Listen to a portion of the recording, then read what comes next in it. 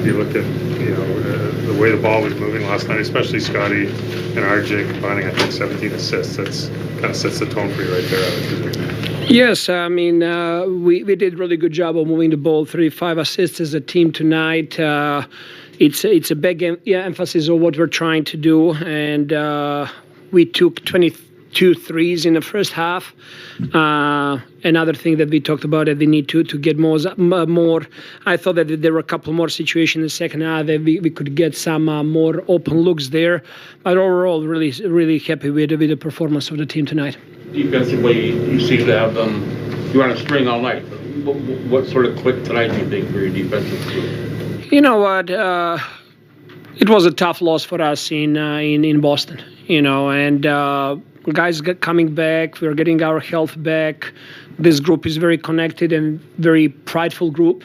So we really wanted to go out there and compete on the highest level. That's what we can do at this point. And all of the guys, everybody who touched the floor, they really contributed tonight, and everybody had that energy. I thought we did a good job on defensive end, making their shots, heavy and contested shots. We did not make it easy on Tatum or White. Grady just told me, who was guarding Derek White. He takes pride of playing good defense tonight as well.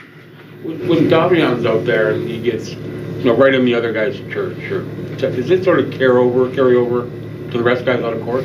For sure. I mean, first player on defense, first line of defense, first player who is guarding the ball, he sets the tone for everybody else. If you have very aggressive defense there, he's going to trickle down on everybody else because other four players are looking in front, and when you have that kind of defense and predisposition, that's going to make everybody else play with the same effort. In terms of the defense, second game in a row now where you guys have really tightened up in the fourth, just 15 points for Boston in the fourth. What have you liked about the way that your team has defended later in the game to close things up? I mean, it's just sticking with our principles, doing it with more detail, with more force. Communication was really good. Guys were able to get on the same page and execute on a high level. I'm sure there are people who are looking ahead down the road and might, how might I say this, prefer other results from this team. Why is winning important for this team for the long-term future, like winning games like this? Everything we do over here is about winning. We want to win championships. We want to win and compete in every single game. You need to develop that character. I think how you compete night in and night out, that builds the culture. It's building the culture this season, and it's going to trickle down in the future when we are ready to compete for championships as well. Coach, can you talk about what goes into having a very successful ball sharing movement? 35 assists with less turnovers. Like tonight was less than 10 turnovers. What clicks? What makes that work? I mean, guys are starting to get a little bit more time with the same group of guys on the court. It's not changing that much. There is a little bit of more continuity. So there is more familiarity with each other when teammates going to be on a court. What are we doing? How we need to execute? And it comes down also willingness of our team. I mean, when you have Scottie Barnes and RJ Barrett with 17 assists, that sets the tone for everybody else.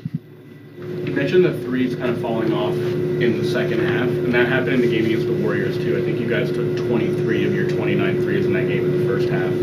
Obviously, that didn't hurt you. You won both games, but I'm wondering what you're seeing in terms of why maybe there's that big a discrepancy in volume from the first half to the second half. We made shots in the first half. They were playing more aggressive. They were more aggressive on their closeouts. And I thought that we did a better job in the second half of attacking those closeouts. One of our goals in this game was to create closeouts and to have right reads. If they're short closing out, to be able to shoot it. But if they're really aggressive, which was the case in the second half, to be able to turn the corner and make from there. Seems like Scottie's mid-range was working again tonight. Do you feel like the scouting report's starting to adapt to that? And how do you think he's reacting to what the defense is doing to him when he's in that mid-range?